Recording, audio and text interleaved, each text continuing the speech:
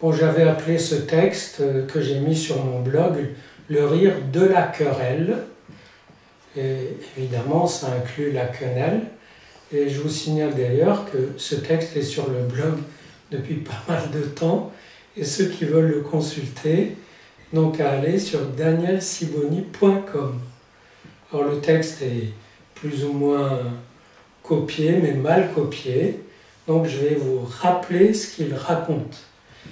Il explique que le rire que provoque Dieudonné est tout à fait particulier, intéressant, parce que c'est un dispositif où lui convoque quelqu'un d'autre, ça peut être, c'est généralement les juifs, pour piquer cet autre et montrer à des tiers comment cet autre se patauge, se défend mal, est ému, est un peu perdu, etc.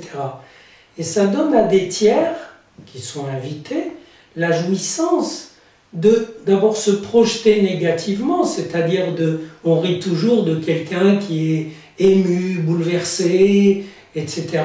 et qui dit quoi, mais moi j'ai un passé, une histoire, j'ai eu des morts, etc. Oh là là, il nous embête, il nous emmerde, et avec ses morts, avec toute son histoire, etc. Parce que chacun est appelé, dans ce rire, à surtout jouir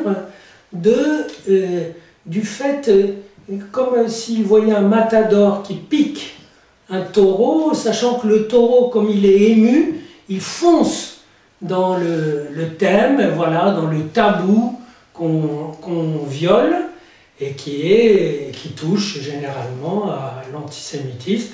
Évidemment, ce n'est pas un hasard, il n'y a pas il ne touche pas au tabou sur d'autres religions. Dieudonné est fixé sur les Juifs. Et cette dimension, donc vous voyez, c'est un trio. Il y a lui, l'adversaire et le tiers. Le tiers qui est appelé à en rigoler. Alors, ce qui se passe, c'est que il peut prendre pour autre lui-même, c'est-à-dire il peut jouer le rôle de quelqu'un qui s'indigne contre Dieudonné. Vous voyez? Et comme ça, il se moque de ceux qui se moquent de lui, ou de ceux qui lui en veulent. Cet espace triangulaire est très, très bien mis au point pour justement à la fois piquer l'autre et évidemment paraître innocent. Parce qu'on pique l'autre, l'autre peut être piqué à n'importe quelle occasion. Chacun pique un voisin, enfin marche sur ses pieds, etc.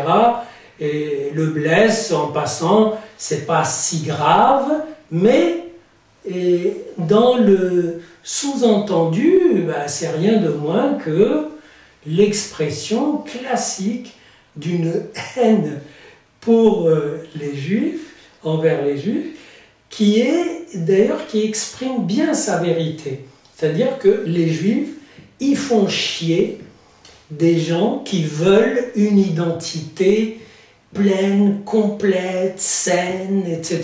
Ils sont toujours avec des problèmes, des entre-deux, c'est jamais si, c'est pas tout à fait comme ça, ils discutent, ils talmudisent, ils font des histoires, etc. Et donc, leur identité n'est pas claire, donc ils font chier. Et du coup, il répond, lui, par cette quenelle, c'est-à-dire par ce geste qui exhibe en fait un étron. La quenelle de poisson, c'est l'équivalent d'un étron.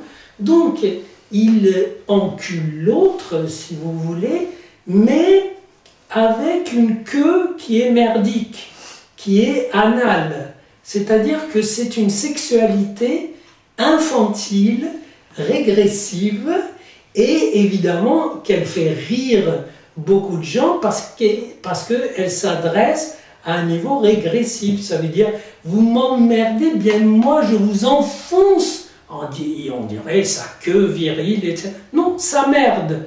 C'est-à-dire que c'est d'analité à analité. Parce qu'après tout, un rapport anal, eh ben, ça peut être un rapport d'amour. Il y a des gens qui ont des rapports amoureux par l'anus, et puis c'est voilà, c'est pas humiliant ni pour l'un ni pour l'autre. Mais là, c'est humiliant parce que le sexe qui est supposé enculer l'autre est lui-même une merde.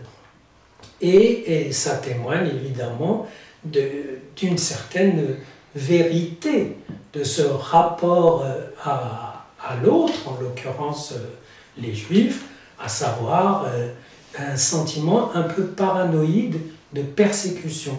Ce type se sent persécuté par les Juifs, comme les nazis, il était persécuté, et donc, alors eux, ils ont envoyé les gaz, etc., lui, il envoie de la merde.